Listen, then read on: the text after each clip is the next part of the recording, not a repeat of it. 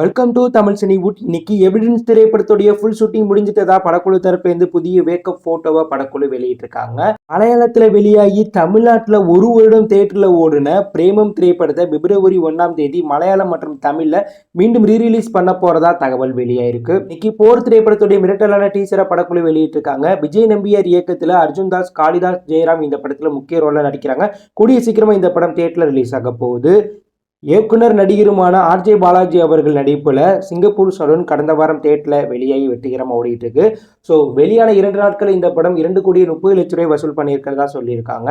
நேற்று சென்னையில் Lal Salaam திரைப்படத்துடைய audio launch ரொம்ப கிராண்டா நடந்து முடிஞ்சிருக்கு. இந்த ஆடியோ லான்ச்சில் ரஜினி விஜய் பற்றி பல விஷயங்கள் பேசினாரு. விஜய் எனக்கு போட்டி கிடையாது, எனக்கு விஜய் போட்டி கிடையாது, ரஜினிக்கு ரஜினி தான் போட்டி, விஜய்க்கு விஜய் தான் போட்டி, விஜய் அவர் உழைப்பால் வந்திருக்காரு அப்படிங்கிற மாதிரி பார்த்தீங்கன்னா வெளிப்படையாக ரஜினி பேசியிருக்கார். இது தற்போது இணையத்தில் வைரல் ஆகிட்டு இருக்கு.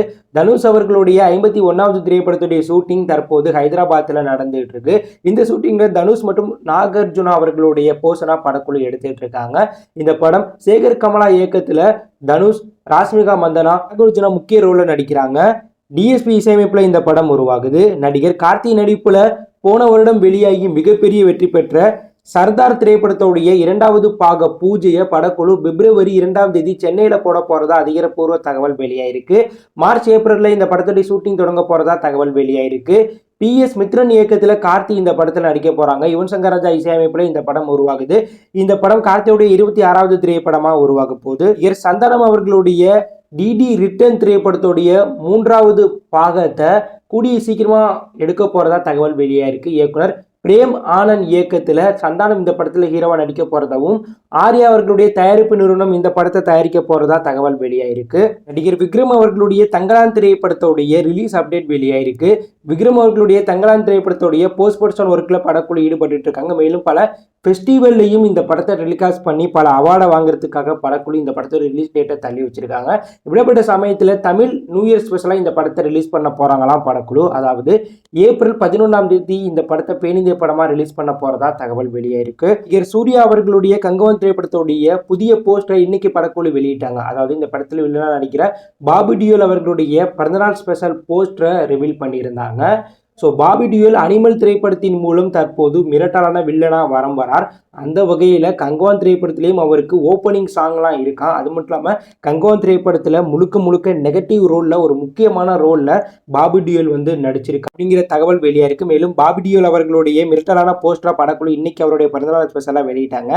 இதில் சூர்யாவுக்கு இணையான ஒரு கெட்டப்பில் மிரட்டலான வில்லன் ரோலில் பார்த்தீங்கன்னா பாபி டியோல் நடிச்சிருக்காரு அப்படிங்கிறது இந்த போஸ்டரை பார்க்கும்போது தெரியுது.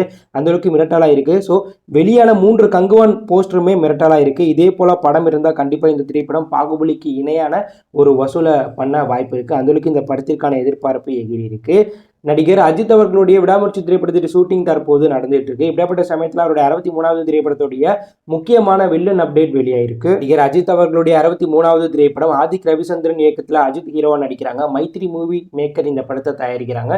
இந்த படத்தில் தபு அஜித்துக்கு பேரா நடிக்க போறதாகவும், டிஎஸ்பி இந்த படத்துக்கு இசையமைக்க வாய்ப்பு இருக்கிறதா தகவல் வெளியாயிருக்கு. இப்படிப்பட்ட சமயத்தில் இந்த படத்தில் வில்லனா நடிக்க அரவிந்த் சாமி மற்றும் சூர்யா கிட்ட படக்குழு பேச்சுவார்த்தையில் ஈடுபட்டு இருக்கிறதாவும், இவங்க 2 பேருமே இந்த படத்துல வில்லனா நடிக்க வாய்ப்புகள் அதிகமா இருக்கிறதா தகவல் வெளியாயிருக்கு. தளபதி விஜய் அவர்களுடைய தி கோட் திரைப்படத்தோடைய ஷூட்டிங் சென்னையில் நடந்துச்சு. பவதாரணி இறந்ததுனால இந்த படத்துடைய ஷூட்டிங்கை படக்குழு தள்ளி வச்சிருக்காங்க. சென்னை ஷூட்டிங்கை முடிச்சுட்டு அடுத்தபடியாக படக்குழு துருக்கி, ஸ்ரீலங்கா, ராஜஸ்தானில் இந்த படத்துடைய ஷூட்டிங்கை எடுக்க போகிறாங்க. இந்த படத்தை ஜூன் மாதம் படக்குழு வெளியிட போகிறதா அதிகாரப்பூர்வ தகவலை வெளியாயிருக்கு.